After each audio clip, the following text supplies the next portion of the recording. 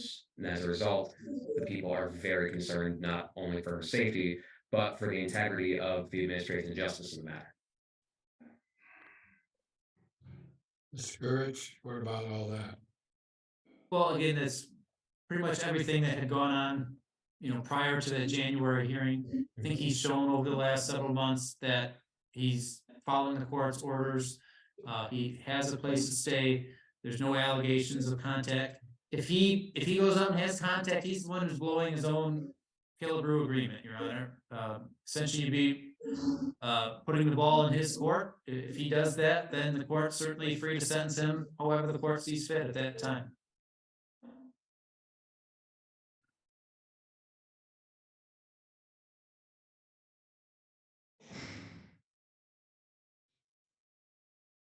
Is his bond at this point in time 25,000 cash or surety? I Yes. believe so.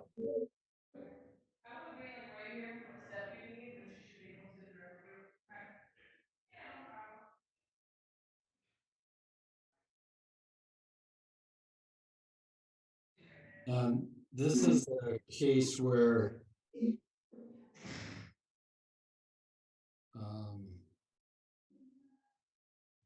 Mr.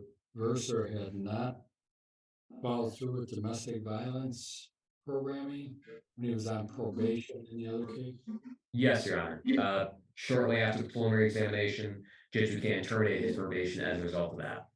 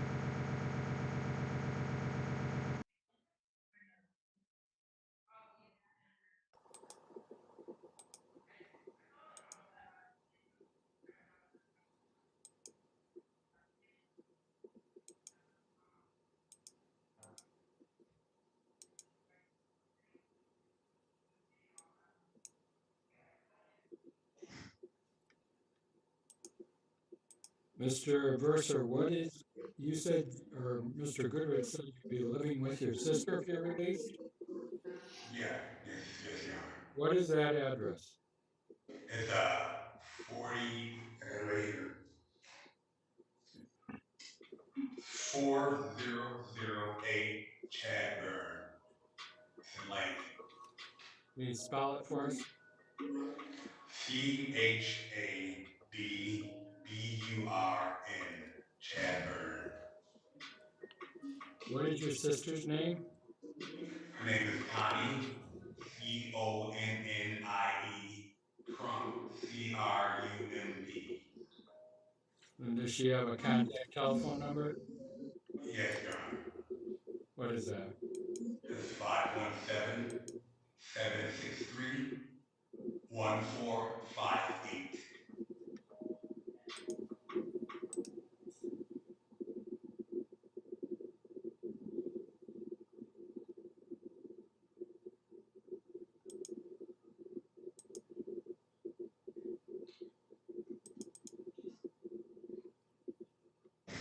And do you have a contact telephone number if you are released? Yes, Your Honor. What is that? 517-574-0005. Is that your own number? Correct, Your Honor.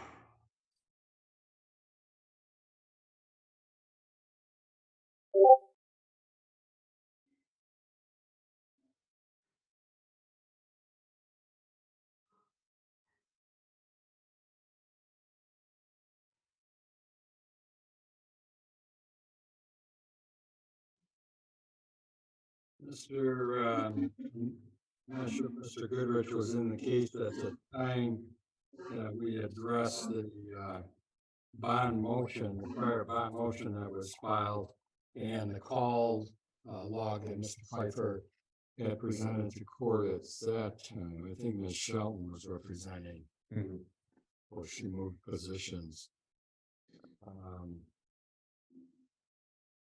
So you might not be able to answer this, Mr. Goodrich, but Mr. Pfeiffer may be able to. I'm looking in my copy of the file, and I don't think there was ever a bond report done, was there, with the potential address for release? I don't believe there was, Your Honor. I'm quickly looking back through my email to make sure, but I don't believe so.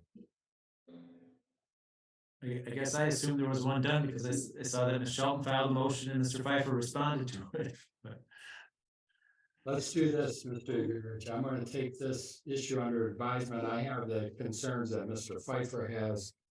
There are reasonable concerns that there is still a sentencing to occur with the victim that would have the right to be heard. Now, on the other hand, I have received, I think it's at least 2 letters, maybe 3. Counsel, both of you should have those from the victim, as well as a letter from Mr. Verser. And but I think it's pretty clear what Ms. Silvas's position is. You know how, I don't know what she would say at sentencing, of course, and it would be important to potentially have her at sentencing, or at least to afford her the opportunity to exercise her rights under the Victims' Rights Act. But I will take this under advisement. Mr. Goodrich, will you contact pretrial services, give them this information as to the where he is going to be staying, and who it is, all the contact information. I'd like them to verify that that's a suitable place for him to live and that it's acceptable to the individuals who live there. Do you know, does anyone, who else lives with your sister, Mr. Mercer? She has 2 kids, but I don't know if they still live there or not. They're adults. Okay. As far as you know, no one in that household with living at that address with a felony record? No one there with a felony, Your Honor. Mr. Goodrich, if you'll ask pretrial services to get all of us a report, bond report, and then I'll take a look at it. I don't think we need to come back for another hearing on it. I'll take considering Mr. Pfeiffer's arguments as well, and issue an order with respect to the request.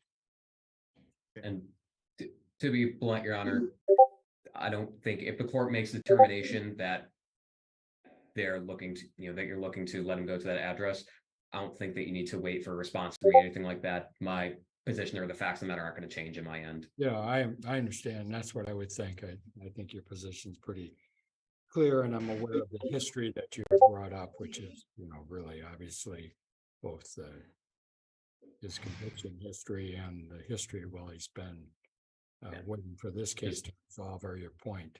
So if the court makes the call, I don't want them to have to wait for me to effectuate it or anything along those lines. yeah, fair enough. So Mr. Goodrich, can you follow up with that, and then we can get something fairly soon. Mr.